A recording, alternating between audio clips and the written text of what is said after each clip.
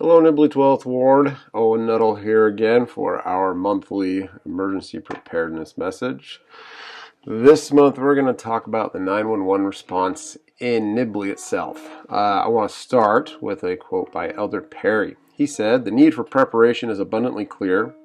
The great blessing of being prepared gives us freedom from fear." I very much agree with him in that statement. So in Nibley, we have an EMS response when you call 911.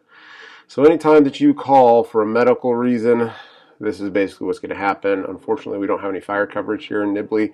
I wish we did. That'd be great. I would totally do that. But unfortunately, like 99% of our work that we do is medical based and not fire.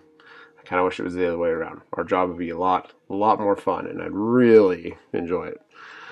So when you call 911, there's a few people that are going to show up. You're going to have Squad 140, which is the local Nibley response. They'll be wearing something like this, just says Nibley, Millville, EMT, Squad 140. Same thing on the back. Ambulance 150 will come.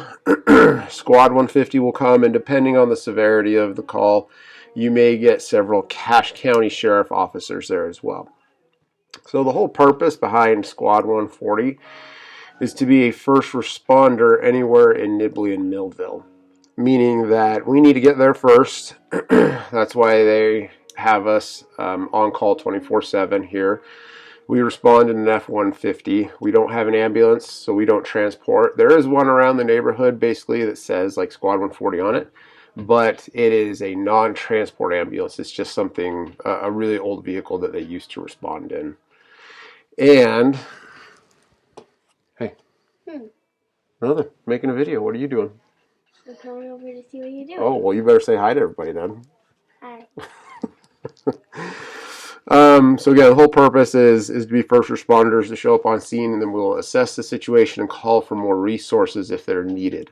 That can sometimes go the other way as well. If we don't need a lot of resources, we can cancel the paramedic unit, we can cancel some of the sheriff's officers, and even if we need to, we can cancel the ambulance if it's just something like a lift assist.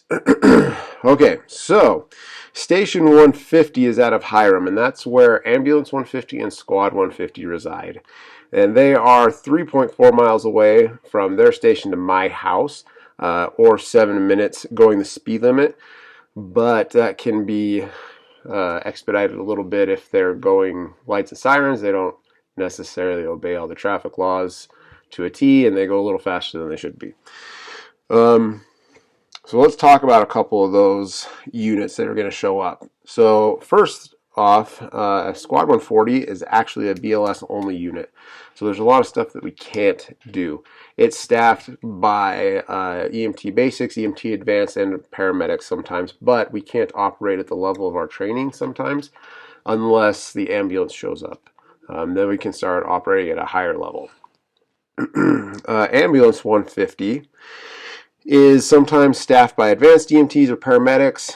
I don't know how they run their staffing down there. I've had both show up on calls that I've gone on with them, but it really just depends on the day. So you may get paramedics, may get advanced EMTs, and then you'll have Squad 150, which is also a single paramedic responding in a F-150, a squad truck, just like the one that we have as well.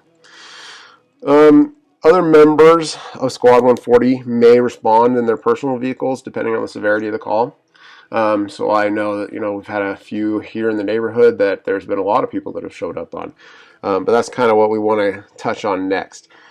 There's a lot of people that will show up on these calls, so don't be alarmed. There may be upwards of 5, 6, 7 people showing up depending on the severity.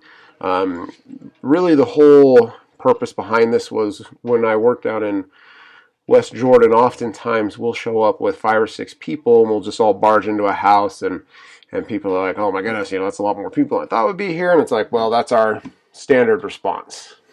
You better say hi too. Oh, okay, whatever. So that's our standard response, and people get a little overwhelmed sometimes because they're just not expecting that many people in there. So you will have a bunch of people that come into your house. Sometimes the sheriff's officers will be there first, and then sometimes Squad 140 will be there first. So give them room to work.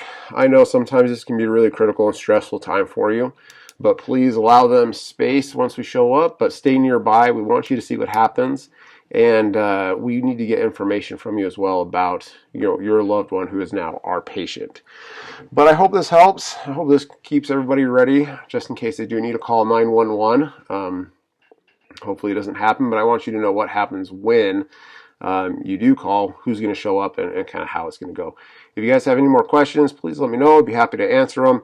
We can talk about this response for a long time if you'd like, and ways to improve it, especially you as citizens, people that live here, the ways that we can improve it in the future. That's all for me today. Do you want to say anything? No? Bye. Okay, bye. All right, thank you, brothers and sisters. Until next month.